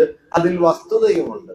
എന്നാൽ 1940 ലാഹോർ സമ്മേളനത്തിൽ ഈ ദ്വിരാഷ്ട്ര സിദ്ധാന്തം ഒരു അടിസ്ഥാന പ്രമേയമായി മുസ്ലിം ലീഗ് മുന്നോട്ട് വയ്ക്കുന്നതിനും 17 വർഷം മുമ്പ് ഇന്ത്യ മതാധിഷ്ഠിതമായി വിഭജിക്കപ്പെടേണ്ട 2 രാജ്യങ്ങളാണ് എന്നും ഒരു ഹൈന്ദവ രാഷ്ട്രവും ഒരു മുസ്ലിം രാഷ്ട്രവുമാണ് ഇന്ത്യ എന്നുമുള്ള വാദം ആദ്യം ഉന്നയിക്കുന്നത് സവർക്കറാണ്. 1923 അദ്ദേഹം രചിച്ച ഈ ഹിന്ദുത്വ എന്ന ഗ്രന്ഥം മുതൽക്ക് തന്നെ ദ്വിരാഷ്ട്രവാദം സവർക്കറുടെയും ഹിന്ദു മഹാസഭയുടെയും അടിസ്ഥാന മുദ്രാവാക്യം. അതിനെ മുൻനിർത്തിയാണ് ഇന്ത്യയിലെ മുസ്ലിങ്ങൾ എന്ന് പറയുന്നത്. എങ്ങനെയാണ് ഇന്ത്യയിലെ ഹിന്ദുക്കൾക്ക് ഇന്ത്യയിൽ പൗരത്വത്തിന് അവകാശം വരുന്നത്? അത് ജന്മനാ നിങ്ങൾക്ക് സിദ്ധിക്കുന്നതല്ല. നിങ്ങളുടെ മാതാപിതാക്കൾ അവിടെ സ്ഥിരവാസമുള്ളവരാണ് എന്നതുകൊണ്ട് കൈവരുന്നതല്ല. നിങ്ങൾക്ക് നിങ്ങളുടെ മാതാപിതാക്കളിൽ ആരെങ്കിലും ഒരാൾ അവിടെ ദീർഘകാലം ജീവിച്ചിരുന്നു എന്നതുകൊണ്ട് വരുന്നതല്ല. അങ്ങനെ ജന്മത്തിലൂടെയോ സ്ഥിരവാസത്തിലൂടെയോ കൈവരുന്നതല്ല ഇന്ത്യയിലെ പൗരത്വം എന്ന സങ്കല്പമാണ് ഹിന്ദുത്വ എന്ന സവർക്കറുടെ കൃതി മുമ്പോട്ട് വെച്ചത്. പകരം അദ്ദേഹം 2 മാനദണ്ഡങ്ങളാണ് മുമ്പോട്ട് വെച്ചത്. ഒന്ന് പിതൃഭൂമി ആയിരിക്കണം, 2 പുണ്യഭൂമി ആയിരിക്കണം. പിതൃഭൂമി എന്നത് നിങ്ങളോ നിങ്ങളുടെ മാതാപിതാക്കളോ പൂർവ്വ പരമ്പരയോ ജനിച്ചു വളർന്ന മണ്ണ് എന്ന അർത്ഥത്തിലാണ്. പുണ്യഭൂമി എന്നത് അത് നിങ്ങളുടെ വിശുദ്ധ ഭൂമി കൂടിയായിട്ട് നിങ്ങൾ കാണണം. അങ്ങനെ മതപരമായ വിശ്വാസത്തെ, ഇത് കൃത്യമായും ഇന്ത്യയിലെ മുസ്ലിങ്ങൾ ഇന്ത്യൻ പൗരത്വത്തിന് അർഹരല്ല എന്നുറപ്പാക്കുന്നതിന് വേണ്ടി കൊണ്ടുവരുന്ന ഒരു തത്വമാണ്. കാരണം മുസ്ലിങ്ങളെ സംബന്ധിച്ച് പുണ്യഭൂമി എന്ന് പറയുന്നത് അത് പ്രവാചകന്റെ മണ്ണാണ്, അത് മക്കയും മദീനയുമാണ് എന്ന് വാദിച്ചുകൊണ്ട് ഇന്ത്യയെ അവർ ദീർഘകാലമായി ജീവിക്കുന്നുണ്ടെങ്കിലും പുണ്യഭൂമിയായി കരുതാത്തവരാണ് എന്നതുകൊണ്ട് ഹിന്ദുക്കൾ ഒഴികെയുള്ള മറ്റൊരു വിഭാഗത്തിൽപ്പെട്ടവരും ഇന്ത്യയെ പുണ്യഭൂമി എന്ന നിലയ്ക്ക് സ്വാഭാവികമായി കണക്കാക്കാത്തത് കൊണ്ട് ഇന്ത്യ ഹിന്ദുക്കളുടേതാണ് എന്ന് വരുത്തുന്നതിനുള്ള അടിസ്ഥാന മാനദണ്ഡമായിട്ടാണ് ഫാദർലാൻഡ് ആൻഡ് ഹോളി ലാൻഡ്, പിതൃഭൂമിയും പുണ്യഭൂമിയും എന്ന സങ്കല്പം സവർക്കർ മുമ്പോട്ട് വെച്ചത്. അങ്ങനെ ഇന്ത്യ എന്ന് പറയുന്ന ആയിരക്കണക്കിന് വർഷങ്ങളായി എത്രയോ വ്യത്യസ്ത മതവിഭാഗങ്ങളിൽപ്പെട്ടവർ കൂടിക്കലർന്ന് വളർന്ന ആ പാരമ്പര്യങ്ങളുടെ കൂടിക്കലറിലൂടെ ഒരു നാഗരികത വികസിച്ചു വന്ന ഈ ഭൂപ്രദേശത്തെ മതപരമായി വിഭജിക്കുന്നതിന്റെ ആദ്യത്തെ യുക്തി അവതരിപ്പിച്ചത് സവർക്കറാണ്. അത് ഹിന്ദു മഹാസഭ ഏറ്റെടുത്തു. ഈ പുണ്യഭൂമി എന്ന സങ്കല്പം പിന്നീട് ഹിന്ദുത്വ രാഷ്ട്രീയത്തിന്റെ അടിസ്ഥാന ആശയമായി. എപ്പോഴെങ്കിലും ഈ ആശയത്തെ, ഇന്ത്യ ഹിന്ദുക്കളുടെ പുണ്യഭൂമിയാണ് എന്ന ആശയത്തെ ഹിന്ദു മഹാസഭയോ ഹൈന്ദവ വർഗീയ പ്രസ്ഥാനങ്ങളോ തള്ളിക്കളഞ്ഞിട്ടുണ്ട്. വാസ്തവത്തിൽ ഈ ഒരു ആശയം ഇന്ത്യയിൽ ദേശീയവാദികൾ വലിയൊരു പങ്ക് ഏറിയും കുറഞ്ഞും മനസ്സിൽ കൊണ്ടു നടന്നിരുന്നു എന്നതുകൊണ്ട് കൂടിയാണ് വാസ്തവത്തിൽ ഈ മുസ്ലിങ്ങൾക്കൊരു പ്രത്യേക രാഷ്ട്രം എന്ന വാദം ഒരു ഘട്ടം കഴിയുമ്പോൾ മുസ്ലിം ലീഗ് ഉന്നയിക്കുന്നത് പോലും. ഞാനത് ശരിയായൊരു വാദമായിരുന്നു എന്ന് പറയല്ല, പക്ഷെ അങ്ങനെ ഒരു വാദഗതി രൂപപ്പെടുത്തുന്നതിന് പിന്നിൽ ഈ ഒരു അന്തരീക്ഷം. അപ്പൊ ജിന്നയെ കുറിച്ച് ഇന്ന് നമുക്ക് എത്രയെങ്കിലും വിമർശനങ്ങൾ ഉന്നയിക്കാമെങ്കിലും ഖിലാഫത്തിനെ പിന്തുണയ്ക്കാനായിട്ടും തുർക്കിയിലെ ഖലീഫയെ ലോക മുസ്ലിങ്ങളുടെ തലവനായി പ്രഖ്യാപിക്കണമെന്ന് ആവശ്യപ്പെട്ടുകൊണ്ടുള്ള സമരത്തിൽ അതിനോടൊപ്പം ചേരാനും ഗാന്ധി 1920കളിൽ തീരുമാനിക്കുന്ന സമയത്ത് അതിനെ നഖശിഖാന്തം എതിർത്ത ഒരാളായിരുന്നു മുഹമ്മദ് അലി ജിന്ന. അദ്ദേഹം ഒരു വിശ്വാസിയോ വിശ്വാസത്തിന്റെ പ്രയോക്താവോ ആയിട്ടല്ല തന്റെ രാഷ്ട്രീയ ജീവിതം തുടങ്ങിയത്. അന്ന് അദ്ദേഹം പറഞ്ഞത് അതൊരു മതവിഭാഗത്തിന്റെ മതപരമായ ആവശ്യമാണ്, അത് ഇന്ത്യയുടെ ദേശീയ സ്വാതന്ത്ര്യവുമായി കൂട്ടിയിണക്കേണ്ടതില്ല എന്ന നിലപാടാണ് ജിന്ന ആ വിഷയത്തിൽ എടുത്തത്. മറിച്ച് ഗാന്ധി ആകട്ടെ അതിനെ ദേശീയ പ്രസ്ഥാനത്തിന്റെ ഭാഗമാക്കാൻ ശ്രമിക്കുകയാണ് ചെയ്തത്. ഗാന്ധിയെ സംബന്ധിച്ച് അതിലൊരു താല്പര്യം ഉണ്ടായിരുന്നു. 19ാം നൂറ്റാണ്ട് അവസാനം മുതൽ ഇന്ത്യയിൽ ദേശീയ പ്രസ്ഥാനം പതിയെ പതിയെ ശക്തിപ്പെട്ടു വന്ന സമയം മുതൽ തന്നെ ഹിന്ദുക്കൾക്കും മുസ്ലിങ്ങൾക്കും ഇടയിൽ ഒരു അകലം രൂപപ്പെട്ടിട്ടുണ്ട് എന്നും മുസ്ലിങ്ങൾക്ക് ഇന്ത്യയിലെ ദേശീയ പ്രസ്ഥാനത്തോട് ഒരു വിശ്വാസക്കുറവുണ്ട് എന്നും തിരിച്ചറിഞ്ഞതിന്റെ പശ്ചാത്തലത്തിൽ കൂടിയാണ് അതിന് പരിഹാരം എന്ന നിലയിൽ മതപരമായ ഒരു പ്രശ്നത്തെ ദേശീയ സ്വാതന്ത്ര്യ സമരവുമായി കൂട്ടിയിണക്കാനായിട്ട് ഗാന്ധി അന്ന് ശ്രമിക്കുന്നു. ഞാൻ പറഞ്ഞു വന്നത്, ഇങ്ങനെ വിഭജനം എന്ന ആശയത്തെ ഉയർത്തിക്കൊണ്ടുവന്ന് ഇന്ത്യ മതപരമായി നിലനിൽക്കുന്ന രണ്ട് രാഷ്ട്രങ്ങളാണ് എന്ന ആശയം ഇന്ത്യൻ മണ്ണിൽ പ്രചരിപ്പിച്ച് അതിനെ ഇന്ത്യൻ ദേശീയ പ്രസ്ഥാനത്തിനകത്തേക്ക് കുത്തിക്കടത്തിയതിന്റെ ചരിത്രം വാസ്തവത്തിൽ ഹൈന്ദവ വർഗീയതയുടെ ചരിത്രം. അതിന്റെ തുടർച്ചയിലാണ് സവർക്കർ കൊണ്ടുവന്ന ഈ ആശയത്തിന്റെ തുടർച്ചയിലാണ് സ്വാതന്ത്ര്യം എന്ന് പറയുന്നത് സാമ്രാജ്യാധികാരത്തിൽ നിന്നോ കൊളോണിയൽ ശക്തികളിൽ നിന്നോ വിദേശ ഭരണത്തിൽ നിന്നോ ഇന്ത്യ നേടുന്ന സ്വാതന്ത്ര്യമല്ല എന്ന നിലപാട് ഗോൾവൾക്കർ എടുക്കുന്നത്. ഗോൾവൾക്കർ സ്വാതന്ത്ര്യത്തെ കുറിച്ച് പറഞ്ഞ ഒരു കാര്യം, ഇന്ത്യ തേടേണ്ട സ്വാതന്ത്ര്യം ബ്രിട്ടീഷ് ഭരണത്തിൽ നിന്നല്ല, വിദേശികൾക്കെതിരെ സമരം ചെയ്ത് തങ്ങളുടെ ഊർജം പാഴാക്കരുത് എന്ന് ഇന്ത്യയിലെ യുവാക്കളെ ഉദ്ബോധിപ്പിച്ച ഒരാൾ കൂടിയാണ് ഗോൾവൾക്കർ. അദ്ദേഹത്തെ സംബന്ധിച്ച് സ്വാതന്ത്ര്യം എന്ന് പറയുന്നത് വിദേശ ശക്തികളിൽ നിന്നുള്ള സ്വാതന്ത്ര്യമല്ല, ആഭ്യന്തര ശത്രുക്കളിൽ നിന്നുള്ള സ്വാതന്ത്ര്യമാണ്. ആഭ്യന്തര ശത്രുക്കളായി 3 വിഭാഗത്തെ അദ്ദേഹം പ്രത്യേകം എടുത്തു പറഞ്ഞിരുന്നു. അതിലൊന്ന് മുസ്ലിങ്ങളാണ്, 2 ക്രിസ്ത്യാനികളാണ്, 3 കമ്മ്യൂണിസ്റ്റുകാരാണ്. അങ്ങനെ ഇന്ത്യൻ ജനതയെയും സാർവദേശീയമായ രാഷ്ട്രീയ ബോധം ഉയർത്തിപ്പിടിക്കുന്ന കമ്മ്യൂണിസ്റ്റുകാരെയും ഇന്ത്യയിലെ ആഭ്യന്തര ശത്രുക്കളായി പ്രഖ്യാപിച്ചുകൊണ്ട് അവരിൽ നിന്നുള്ള സ്വാതന്ത്ര്യമാണ് യഥാർത്ഥ സ്വാതന്ത്ര്യം എന്ന് വാദിക്കുകയും അത് ലക്ഷ്യം വച്ച് സാമ്രാജ്യ ശക്തികളുമായി ആകാവുന്ന പോലെയൊക്കെ ഒത്തുതീർപ്പിൽ ഏർപ്പെടുകയും ദേശീയ പ്രസ്ഥാനത്തെ അകമേ പിളർത്താൻ വേണ്ടി കോളനി ഭരണത്തിന്റെ പിടിയാളുകളായി പ്രവർത്തിക്കുകയും ചെയ്ത പാരമ്പര്യമാണ് ഹൈന്ദവ വർഗീയവാദത്തിനുള്ളത്. ആ പ്രവൃത്തിയുടെ അനന്തരഫലമാണ് വാസ്തവത്തിൽ ഇന്ത്യ സ്വാതന്ത്ര്യത്തിന്റെ ഘട്ടത്തിൽ നേരിട്ട ഭീമാകാരമായ വിഭജനവും അതുണ്ടാക്കിയ രക്തച്ചൊരിച്ചിലും. അതുകൊണ്ട് ഭീകരതയ്ക്കും ഭീകരതയ്ക്കെതിരായ ഒരു ദിനം അല്ലെങ്കിൽ വിഭജന ഭീകരതയ്ക്കെതിരായ ഒരു പ്രവർത്തനം നാം നടത്തണമെങ്കിൽ ആ പ്രവർത്തനം അടിസ്ഥാനപരമായി നടത്തേണ്ടത് ഇന്ത്യയിലെ മതരാഷ്ട്രവാദത്തിനും മതരാഷ്ട്രീയത്തിനുമെതിരെയാണ്. വിഭജന വിരുദ്ധതയ്ക്കെതിരായ ഇന്ത്യയുടെ ശരിയായ ഉണർന്നുനിൽപ്പ്, വിഭജനത്തിനും അതുണ്ടാക്കിയ ചോരപ്പുഴയ്ക്കും എതിരായ ഇന്ത്യയുടെ പ്രതിരോധം എന്ന് പറയുന്നത് മതാധിഷ്ഠിത രാഷ്ട്രീയത്തിനും ഇന്ത്യയിൽ സവിശേഷമായി അത് ഹിന്ദുത്വ രാഷ്ട്രീയത്തിനും എതിരായ പ്രതിരോധം. കാരണം അതിന്റെ വിത്ത് അവിടെ നിന്നാണ്, അല്ലാതെ മുസ്ലിം ലീഗ് അല്ല, അല്ലെങ്കിൽ മറ്റാരെങ്കിലുമല്ല. അവരൊക്കെ അതിൽ പങ്കുചേർന്നവരാണ്. പക്ഷെ അതിനേക്കാളൊക്കെ എത്രയോ വലിയ തോതിൽ മുസ്ലിം ലീഗ് ധിരാഷ്ട്രവാദത്തിൽ എത്തുന്നതിന് 1.5 പതിറ്റാണ്ട് മുമ്പേ ധിരാഷ്ട്രവാദം പ്രചരിപ്പിക്കാൻ തുടങ്ങുകയും മതാധിഷ്ഠിതമായ വിദ്വേഷത്തെ സമൂഹത്തിൽ ആകമാനം പടർത്തുകയും മതപരമായ വിഭജനം ഇന്ത്യയെ ഒരു ഹിന്ദു എന്ന് പ്രതീക്ഷിച്ച സമയത്ത് 1948-47 അവസാനവും 48 ആദ്യവും ഒക്കെ അഭയാർത്ഥികളുടെ, ഞാൻ നേരത്തെ പറഞ്ഞല്ലോ, ഏതാണ്ട് 20 ലക്ഷം ആളുകൾ 10 ലക്ഷം പേർ കൊല ചെയ്യപ്പെട്ട് 2 കോടിയിലധികം ആളുകൾ അഭയാർത്ഥികളായി തീർന്ന സ്ഥിതിവിശേഷമാണ് ഇന്ത്യയിൽ ഉണ്ടായിരുന്നത്. പൊട്ടിത്തെറിക്കാവുന്ന മട്ടിൽ വർഗീയതയുടെ വികാരം പടർന്നു കയറിയ സന്ദർഭം. ഇതിനെ ഉപയോഗപ്പെടുത്തി പാകിസ്ഥാന് ബദലായ ഒരു ഹിന്ദു മതരാഷ്ട്രത്തെ രൂപപ്പെടുത്താൻ കഴിയുമെന്ന പ്രതീക്ഷയാണ് അന്ന് ഹിന്ദു മഹാസഭയും ഹൈന്ദവ വർഗീയവാദികളും വച്ചു പുലർത്തിയത്. അതിന്റെ ഒരു കളിക്കളമായിട്ടാണ് ഡൽഹിയെ അവർ ഉപയോഗപ്പെടുത്തുന്നത്. ആ കളിക്കളത്തിലുള്ള അവരുടെ മുഴുവൻ പ്രവർത്തനത്തെയും പരാജയപ്പെടുത്തി എന്നതാണ് ഗാന്ധിയോടുള്ള അവരുടെ ഒടുങ്ങാത്ത പകയുടെ അടിസ്ഥാനം.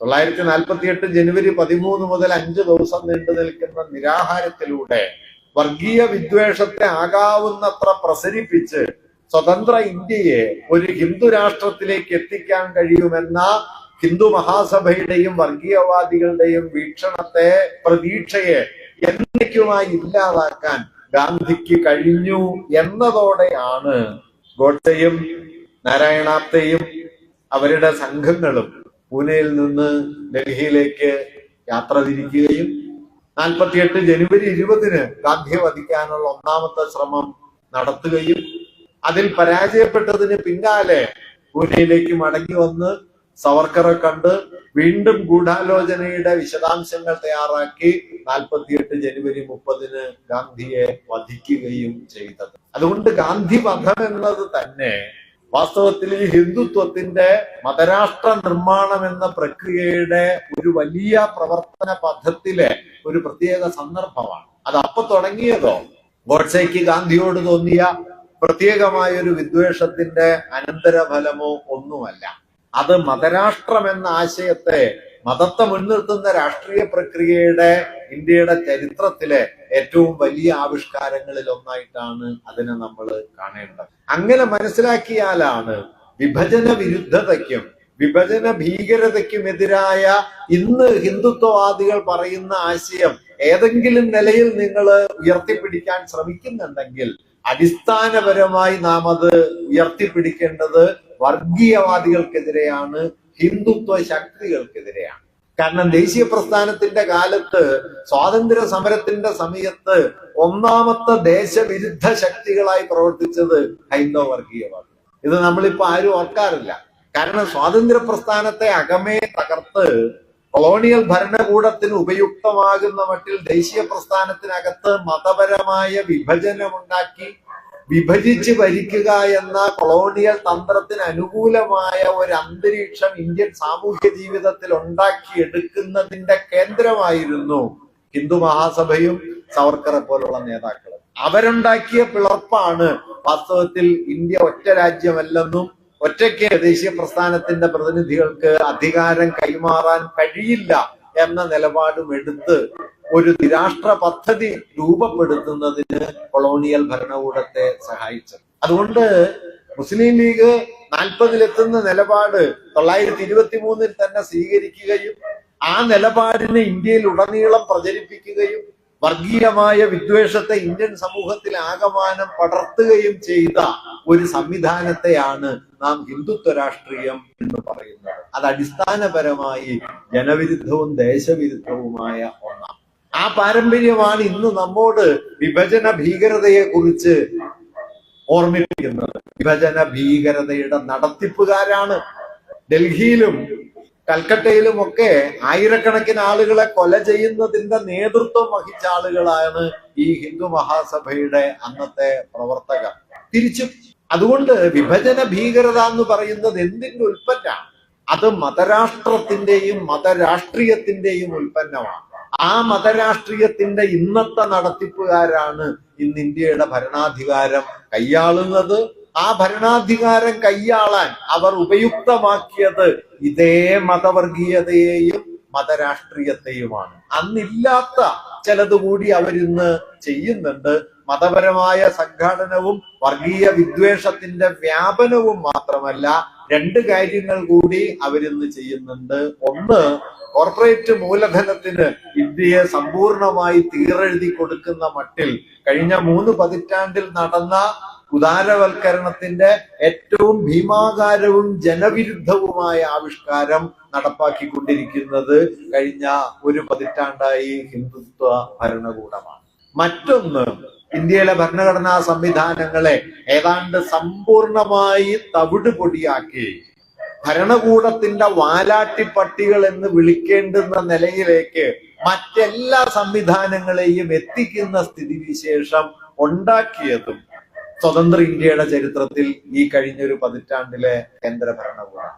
കോടതികളാകട്ടെ അവരിൽ നിക്ഷിപ്തമായ അടിസ്ഥാന ദൗത്യങ്ങൾ നിറവേറ്റുന്നതിൽ പരാജയപ്പെട്ടു എന്ന് മാത്രമല്ല, അവരെല്ലാം തന്നെ ഭരണകൂടം നടത്തുന്ന കൈയാളുന്ന രാഷ്ട്രീയ കക്ഷികളുടെയും വർഗീയ ശക്തികളുടെയും ആശയങ്ങളുടെ വെറും പിണിയാളുകൾ എന്ന പദവിയിലേക്ക് കൂപ്പുകുത്തുകയും ചെയ്തത് നാം കാണും. ഇപ്പൊ 1990-ൽ ബാബറി പ്രശ്നം ഉയർന്നു നിൽക്കുന്ന സമയത്താണ് ഇന്ത്യൻ പാർലമെന്റ് ഒരു നിയമം പാസാക്കിയത്, ആരാധനാലയ സംരക്ഷണ നിയമം. ഇന്ത്യൻ പാർലമെന്റിൽ എല്ലാ കക്ഷികളും ചേർന്ന് പാസാക്കിയ ഒരു നിയമമായിരുന്നു. ആ നിയമം അനുസരിച്ച് 47 ഓഗസ്റ്റ് 15-ന് ഇന്ത്യയിലെ ആരാധനാലയങ്ങളുടെ സ്ഥിതി എന്താണോ ആ സ്ഥിതിയിൽ ഒരു മാറ്റവും ഇനി വരുത്താൻ പാടില്ല, ബാബറി പള്ളി ഒഴികെ.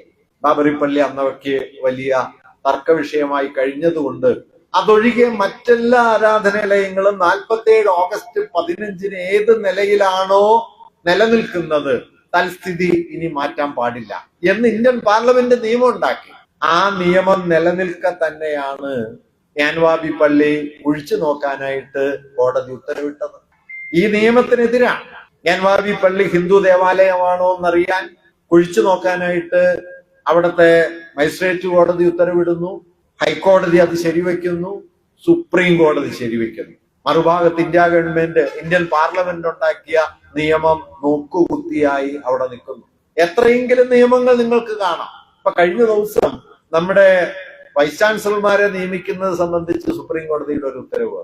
സുപ്രീം കോടതിയുടെ ഉത്തരവിനെ ഗവർണർ ലംഘിച്ചു എന്ന് വ്യക്തമായിരിക്കെ അക്കാര്യം നിശിതമായി നടപ്പാക്കുന്നതിന് പകരം മധ്യസ്ഥത്തിന്റെ പദവിയിലേക്ക് സുപ്രീം കോടതി സ്വയം മാറുന്നു. ഇങ്ങനെ ഭരണഘടനാ വ്യവസ്ഥകൾ, ഇലക്ഷൻ കമ്മീഷൻ എന്ന് പറയുന്ന സംവിധാനം, കഴിഞ്ഞ തെരഞ്ഞെടുപ്പ് കഴിഞ്ഞ് ഇപ്പൊ നാം മനസ്സിലാക്കുന്ന ഒരു കാര്യം, CCTV ദൃശ്യങ്ങൾ ആരുടെയും പ്രത്യേക നിർദ്ദേശമില്ലാതെ 45 ദിവസത്തിനുള്ളിൽ സമ്പൂർണ്ണമായി നശിക്കും. അതുകൊണ്ട് ആര് വോട്ട് ചെയ്തു, ഒരാൾ എത്ര വോട്ട് ചെയ്തു, എവിടെയൊക്കെ വോട്ട് ചെയ്തു എന്നതിന്റെ അവശേഷിക്കുന്ന തെളിവ് ഇല്ലാണ്ടായി. 45 ദിവസം കൊണ്ട് ഇല്ലാണ്ടായി. വാരണാസിയിൽ ഒരേ പേരിൽ 80 പേര് വോട്ട് ചെയ്തു. ഒരേ അഡ്രസ്സിൽ 80 പേര് വോട്ട് ചെയ്തു. വോട്ടർ പട്ടിക എത്രയെങ്കിലും വട്ടം ആവശ്യപ്പെട്ടിട്ടും ഇലക്ട്രോണിക് വോട്ടർ പട്ടിക നൽകാനായിട്ട് തയ്യാറാകുന്നില്ല. അങ്ങനെ ജനാധിപത്യത്തിന്റെ അടിസ്ഥാനത്തെ തന്നെ സമ്പൂർണമായി റദ്ദാക്കിക്കൊണ്ട് ഒരു പ്രഹസനത്തെക്കാൾ തരംതാണ നിലയിൽ നമ്മുടെ ജനാധിപത്യ പ്രക്രിയയെ മാറ്റിക്കൊണ്ടാണ് ഇലക്ഷൻ കമ്മീഷൻ എന്ന് പറയുന്ന ഭരണഘടനാ സ്ഥാപനം പ്രവർത്തിക്കുന്നത്. ഇലക്ഷൻ കമ്മീഷന്റെ പ്രവർത്തനങ്ങളെ സംബന്ധിച്ച് വിമർശനം ഉയർത്തുന്നവരോട്, നമ്മുടെ സുനിൽകുമാറിനോടടക്കം സത്യവാങ്മൂലം സമർപ്പിക്കാനും ഇല്ലെങ്കിൽ ശിക്ഷാ നടപടികളെ നേരിടാനുമാണ് ഇലക്ഷൻ കമ്മീഷൻ ആവശ്യപ്പെടുന്നത്. അല്ലാതെ ഉന്നയിക്കപ്പെട്ട പ്രശ്നങ്ങളിൽ പരിഹാരമെന്ത്, ആ പ്രശ്നങ്ങളിൽ വിശദീകരണമെന്ത് എന്ന് പറയാൻ. ഇങ്ങനെ ഞാൻ പറഞ്ഞതുപോലെ രാഷ്ട്രീയ ജനാധിപത്യത്തിന്റെ അടിസ്ഥാന പ്രകൃതം തന്നെ അട്ടിമറിക്കപ്പെട്ട് കഴിഞ്ഞ ഫാഷിസത്തിന്റെ എല്ലാ ലക്ഷണങ്ങളും ഏറിയും കുറഞ്ഞും പ്രകടമാകുന്ന ഒരു സന്ദർഭത്തിലാണ് നാം നിൽക്കുന്നത്. അതിന്റെ മറ്റൊരു മുഖമാണ് ഞാൻ തുടക്കത്തിൽ പറഞ്ഞ ഒരു കാര്യം. അത് ഇന്ത്യയുടെ മൂലധന ശക്തികളുമായി ഭരണകൂടം എത്തിച്ചേർന്ന സമ്പൂർണമായ ഒരു ഐക്യമാണ്. ഫാഷിസത്തെ കുറിച്ച് നാം ധാരാളമായിട്ട് കേൾക്കുന്നുണ്ട്. അവിടെയൊക്കെ നാം എപ്പോഴും കേൾക്കുന്ന ഒരാശയം അതിതീവ്രമായ ദേശീയ ബോധം ഉയർത്തിക്കൊണ്ടുവന്ന് മതപരമോ വംശീയമോ വർഗീയമോ ആയ വിഭജനങ്ങൾ ഉയർത്തിക്കൊണ്ടുവന്ന് ഭരണകൂടത്തിന്റെ നിയന്ത്രണം കൈയാളുകയും തങ്ങൾക്കെതിരായവരെ തടവിലടയ്ക്കുകയോ കൊന്നൊടുക്കുകയോ വംശഹത്യ നടത്തുകയോ ഒക്കെ ചെയ്യുന്ന ഒരു സംവിധാനമായിട്ടാണ് ഫാഷിസത്തെ നാം മനസ്സിലാക്കി വരുന്നത് സാമാന്യമായി.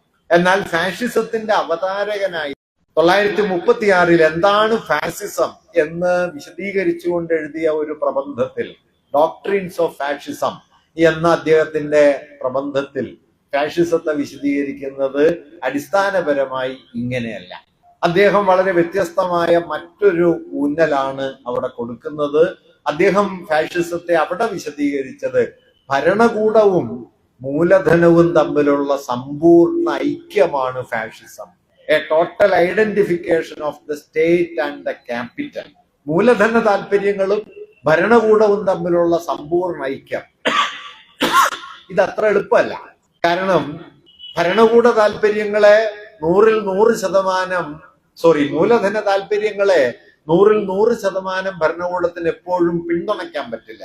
കാരണം സാധാരണ സ്ഥിതിവിശേഷത്തിൽ മൂലധന താല്പര്യങ്ങൾ മഹാഭൂരിപക്ഷം വരുന്ന മനുഷ്യരുടെ സാമ്പത്തിക സാമൂഹ്യ ആവശ്യങ്ങളുമായി ഒത്തുപോകില്ല. അവ പരസ്പര വിരുദ്ധമായിരിക്കും. അതുകൊണ്ട് ലോകത്ത് ഒരു ജനാധിപത്യ സംവിധാനത്തിനും 100%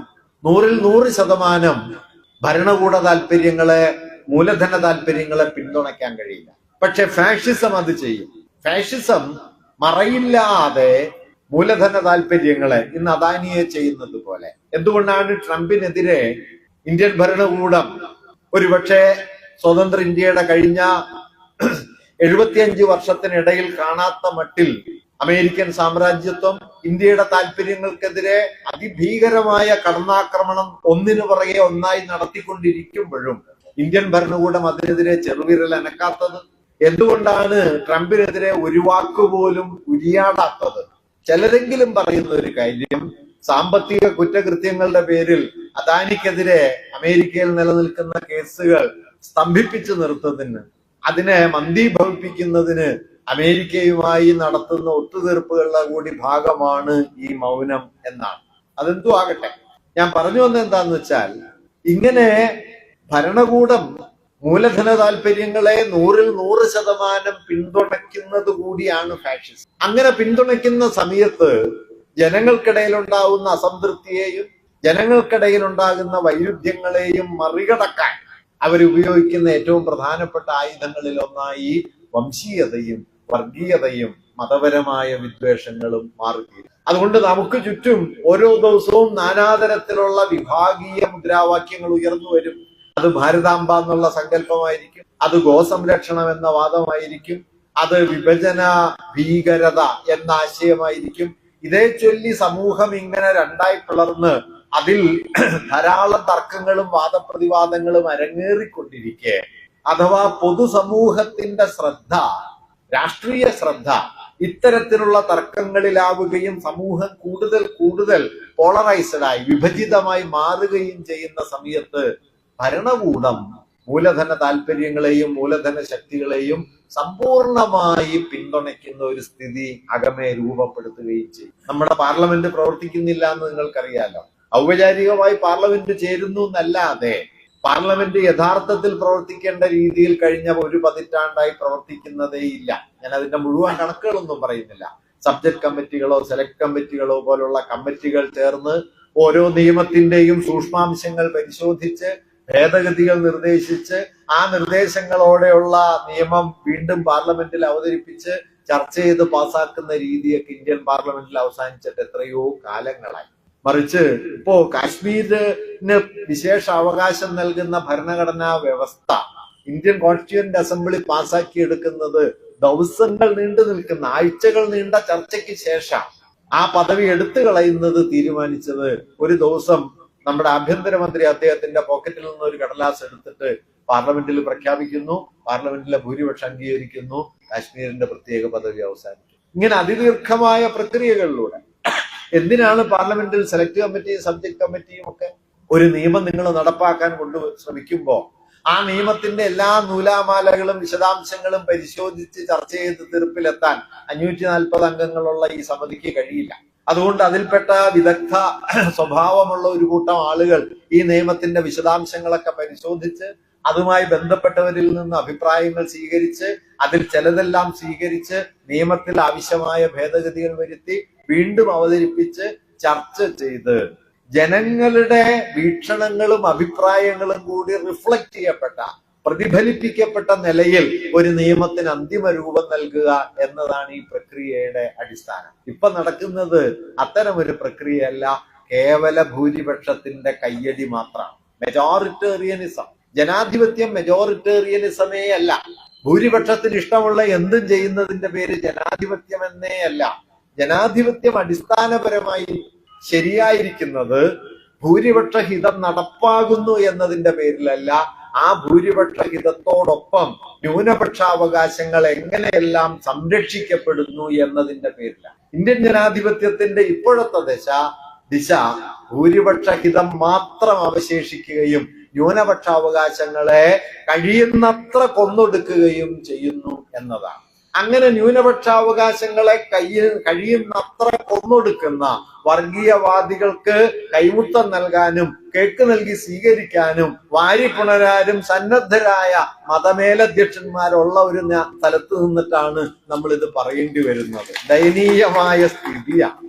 എന്തൊക്കെയോ ഭയപ്പാടുകൾ വേറെ ഉണ്ടാവും, ഞാൻ അതിന്റെ വിശദാംശങ്ങളൊന്നും പറയുന്നില്ല. വാസ്തവത്തിൽ അവര് വഞ്ചിക്കുന്നത് അവരുടെ വിശ്വാസി സമൂഹത്തെയാണ് ഒന്നാമത്. അതിനേക്കാളൊക്കെ കൂടുതൽ അവർ വഞ്ചിക്കുന്നത് ക്രിസ്തുവിനെയാണ്.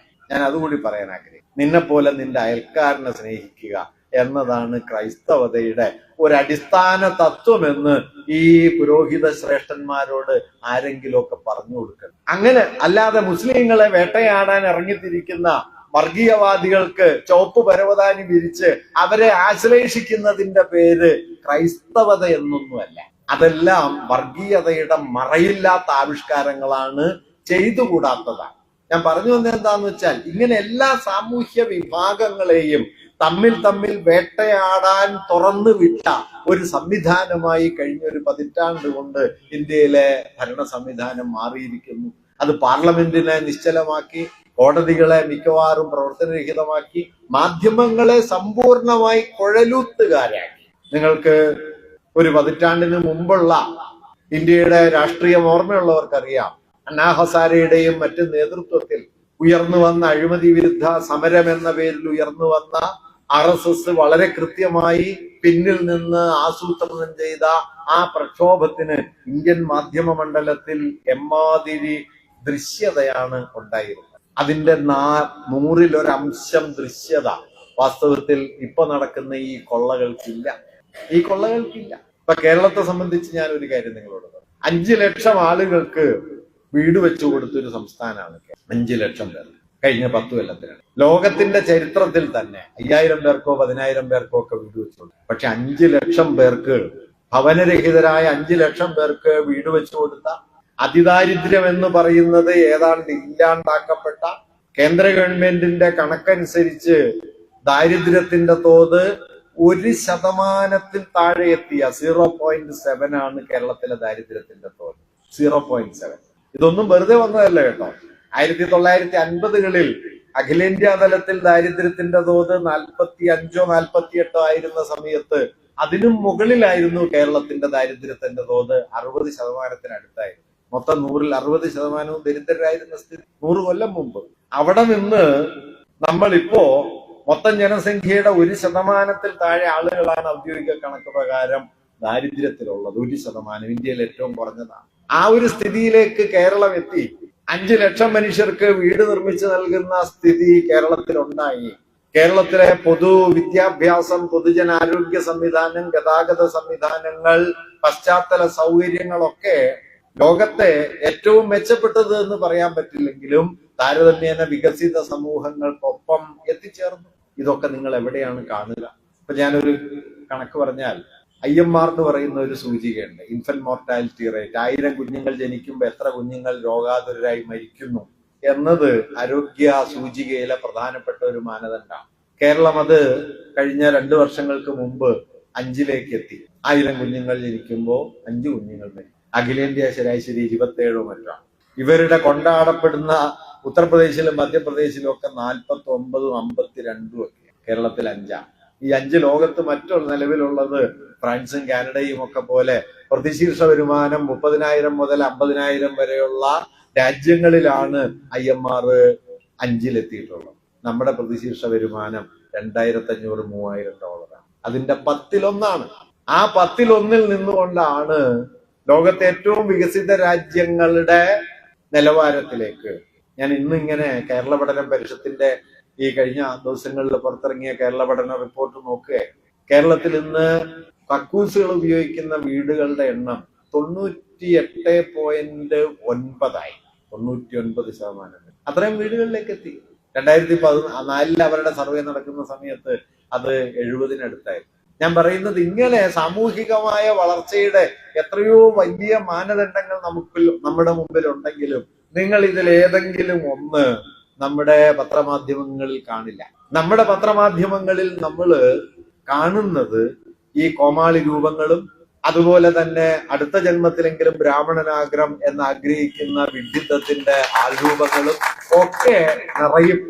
അതല്ലാതെ നാം നേടിയ വലിയ നേട്ടങ്ങളെ, നമ്മുടെ ജനാധിപത്യത്തിന്റെ അടിസ്ഥാന മികവുകളെ നമുക്ക് കാണാനാവാതെ. അതുകൊണ്ടാണ് ഞാൻ പറഞ്ഞത്, കോടതികൾ, മാധ്യമങ്ങൾ, എക്സിക്യൂട്ടീവ് സംവിധാനങ്ങൾ, ഭരണഘടനാപരമായ സംവിധാനങ്ങൾ മുതൽ രാഷ്ട്രീയ ജനാധിപത്യത്തിന്റെ ഔപചാരിക രൂപം വരെ തകർന്നടിയുന്ന ഒരു സ്ഥിതി ഒരു ഭാഗത്തുണ്ടാവുകയും മറുഭാഗത്ത് മൂലധനത്തെ സമ്പൂർണമായി പിന്തുണച്ച് ഫാഷിസത്തിന്റെ അടിസ്ഥാന സ്വഭാവമെന്ന് മുസോളിനി പറഞ്ഞ ആ പ്രകൃതത്തിലേക്ക്, മൂലധനവുമായുള്ള സമ്പൂർണ്ണ ഐക്യത്തിലേക്ക് എത്തിച്ചേർന്ന ഒരു ഭരണകൂടം മറുഭാഗത്തുമായി നമ്മെ വലയം ചെയ്തു. ഇതാണ് സ്വാതന്ത്ര്യത്തിന്റെ 79ാമത് വാർഷിക ദിനത്തിൽ നാം അനുഭവിക്കുന്ന യാഥാർത്ഥ്യം. ഇതിനോട് നേരിട്ട് നിൽക്കുക എന്നുള്ളത് ഒട്ടും എളുപ്പമുള്ള കാര്യമല്ല.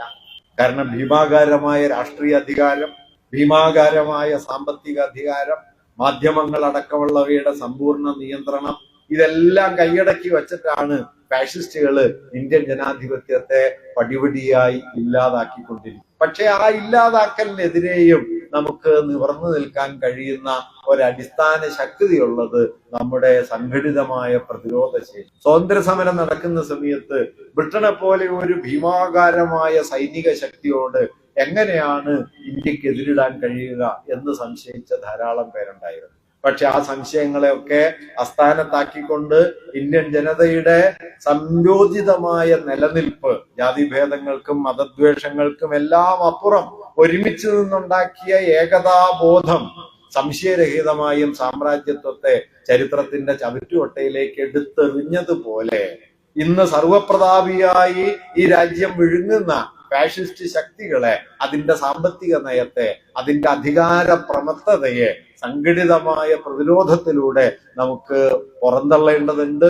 അതിനുതകുന്ന മട്ടിൽ സംയോജിതമായി നിൽക്കാൻ, അതിനുതകുന്ന മട്ടിൽ ഐക്യത്തിന്റെ സമുന്നതമായ ആവിഷ്കാരങ്ങൾ ഉണ്ടാക്കാൻ നമ്മെ പ്രചോദിപ്പിക്കുക എന്നതാണ് വാസ്തവത്തിൽ ഈ സ്വാതന്ത്ര്യ ദിനത്തെ കുറിച്ച് ഉള്ള ഓർമ്മ ചെയ്യുന്ന പ്രധാനപ്പെട്ട ഒരു കാര്യം. അത്തരമൊരു ദൗത്യ നിർവഹണത്തിൽ സുപ്രധാനമായ ഒരു കാര്യമാണ് മൂലധനവുമായുള്ള ചർച്ചയിലൂടെ ഈ രാജ്യത്തെ മനുഷ്യരെ നിരാധാരരാക്കിക്കൊണ്ട് തൊഴിൽ മേഖലയെ ആകമാനം തകർത്തെറിഞ്ഞ്, ഇപ്പൊ നിങ്ങൾക്കറിയാം IT മേഖലയിലൊക്കെ ഓരോ ദിവസവും ആയിരക്കണക്കിന് ആളുകളെ പിരിച്ചുവിടുന്ന ഒരു പ്രവൃത്തി നടന്നുകൊണ്ടേയിരിക്കുന്നു. അങ്ങനെ ഉള്ള തൊഴിൽ നഷ്ടപ്പെടുകയും തൊഴിൽ ലഭ്യത വലിയ തോതിൽ കുറയുകയും ഗ്രാമീണ തൊഴിലുറപ്പ് പദ്ധതിക്കൊക്കെ നീക്കിവെച്ച പണം ഏതാണ്ട് പൂർണ്ണമായിട്ട് ഇല്ലാതാകുകയും, എന്നാൽ കോർപ്പറേറ്റ് ഭീമന്മാരുടെ എഴുതിത്തള്ളുന്ന പണത്തിന്റെ തോത് ലക്ഷോപലക്ഷം കോടികളായി വർദ്ധിച്ചുകൊണ്ടിരിക്കുകയും ചെയ്യുന്ന ഒരു കാലസന്ധിയിലാണ് നാം സ്വാതന്ത്ര്യത്തെ കുറിച്ച് ഓർക്കുന്നത്. ഇതിനെയെല്ലാം അതിന്റെ എതിർദിശയിൽ എത്തിക്കാനുള്ള സംഘടിതമായ ശ്രമം നാം ഒരുമിച്ച് നിന്ന് നടത്തേണ്ടതുണ്ട്. അതിനുള്ള പ്രേരണയും പ്രചോദനവുമായി സ്വാതന്ത്ര്യത്തിന്റെ മഹത്തായ ഒരു പാരമ്പര്യത്തെ, ദേശീയ പ്രസ്ഥാനത്തിന്റെ മഹത്തായ ഒരു പാരമ്പര്യത്തെ നാം ഉപയോഗപ്പെടുത്തണം. അതിനുള്ള ഒരു സന്ദർഭമായി ഈ സ്വാതന്ത്ര്യദിന സമര സന്ദേശത്തെ, സമര ഐക്യത്തെ കാണണം എന്ന് അഭ്യർത്ഥിച്ചുകൊണ്ട് ഇത് ഉദ്ഘാടനം ചെയ്തതായി അറിയിക്കുന്നു.